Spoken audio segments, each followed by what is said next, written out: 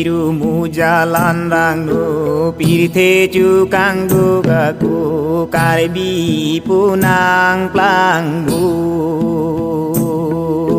Aching ping ja don paru nang klang te ron dong supu nang klang amusi lopu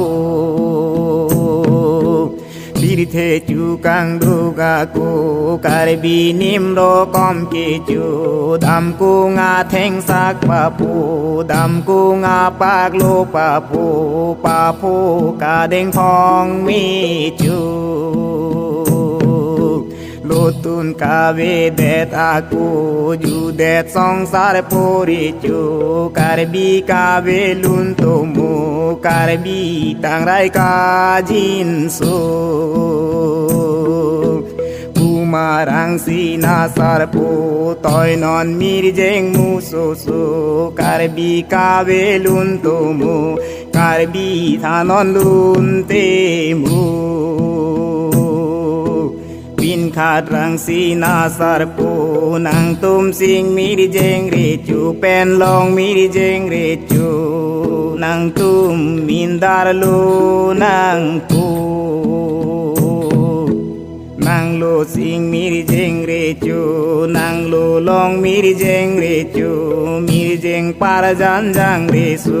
long jeng par jan pa o su mi di jeng pa na plura du Karlu pong lo ring lang do sok pa ma mai nang burlo pun so chok abang mat lo pun so di da beng oi chu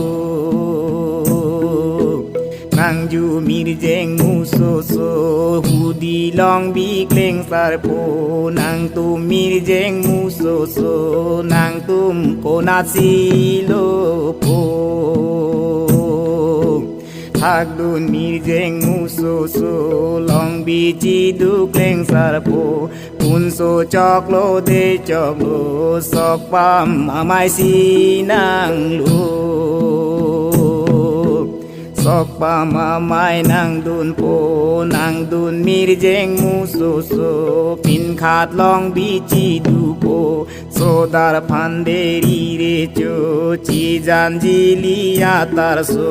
limpi ji liya tar so mir jeng chong mi mera du Ladak sukar biya so lo tu na me than kang po mir jeng ron jit pa jur po gong chin dung jir jir tang lo tu na met met nang ho An si lun kan na rong do ju kang mir jeng mu so mo pir the long de ing tang po Karbi lu nang thun do po long bi chi du kleng sar po lu tu na guru man po ju kang mi jeng mu so mi jeng bang sing ring thot chi lo